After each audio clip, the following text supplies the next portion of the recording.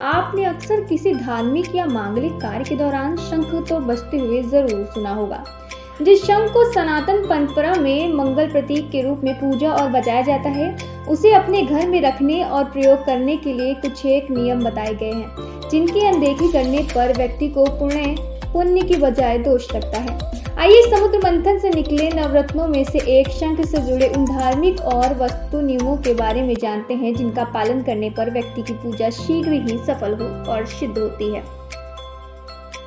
पूजा घर में कितने होने चाहिए शंख? हिंदू मान्यता के अनुसार पूजा घर में देवी देवताओं को जल चढ़ाने के लिए अलग, बजाने के लिए अलग शंख रखना चाहिए।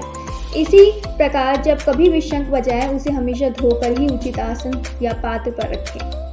कब और कितनी बार बजाना चाहिए शंख? हिंदू धर्म मान्यता के अनुसार अक्सर ईश्वर की पूजा और मंगल कार्य में शंख बजाया जाता है। यदि बात करें दैनिक पूजा की, तो शंख को हमेशा प्रातः काल में, संध्या काल में पूजा के दौरान बजाना चाहिए।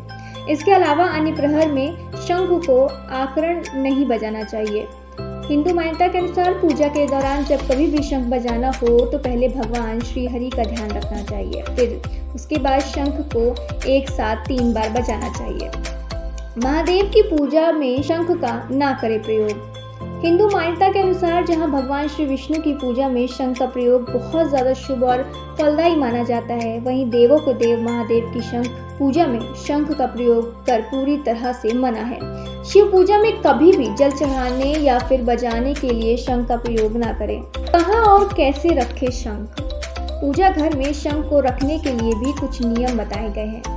वास्तु के अनुसार शंख को हमेशा पूजा घर में भगवान श्री विष्णु की मूर्ति के दाईं ओर रखना चाहिए। यदि आप शंख को पूजा घर के बजाय किसी और जगह पर रखना चाहते हैं, तो आप उसे अपने पूजा घर की उत्तर या फिर उत्तर पूर्व दिशा के किसी पवित्र स्थान पर रखें।